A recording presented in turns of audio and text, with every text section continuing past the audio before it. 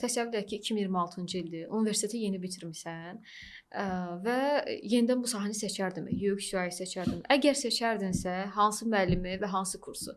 Yəni xüsusi bir sevdiyin müəllim varmı ki, onu da deyəsən bizə? Əgər doğrudan dediyim kimi elə bir situasiya olsaydı, heç vaxt bu sahəni seçməzdim. Amma niyə heç vaxtını deyim. Bu sahənin əslində verdiyi pis bir nəticə yox.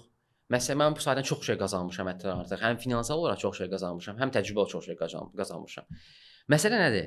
Yəni böyük ehtimal ki, süni intellekt mühəndisliyini daha çox öyrənərdim. Yəni süni intellekt mühəndisliyini öyrənmək istəyərdim, machine learning öyrənmək istəyərdim. Bu sahələr mənə daha çox maraqlı gəlir hazırda bu dəqiqə. Yəni çünki indi bu dəqiqə belə bir məsələ var da, yəni bu 3 şirkət hansı ki, Amerikanın əsas dolandıran şirkətlərindən birisi, məsələn OpenAI, dolandırmaq deməyək də, məsələn üçün bunlar liderdir də hazırda bu dəqiqədə.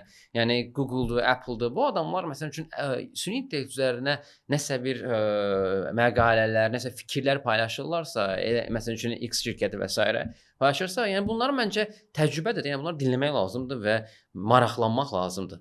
Mən ona görə əslində bu hype demək istəmirəm. Bu elə bil fikirlərim, bu təcrübənin bir parçası olmaq istəyirəm. Yəni dizayn tərəfi də çox maraqlıdır, yaxşıdır, amma maraqlanmaq istəyərdim. Amma belə bir məsələ var ki, sırf yəni bu ildə olduğumuz üçün deyirəm. Yəni 2026-cı il, yəni AI 2025, 2023, 2024 falan bunlar elə bil daha çox AI texnologiya inkişaf etdiyi üçün bu sahəni istəyərdim.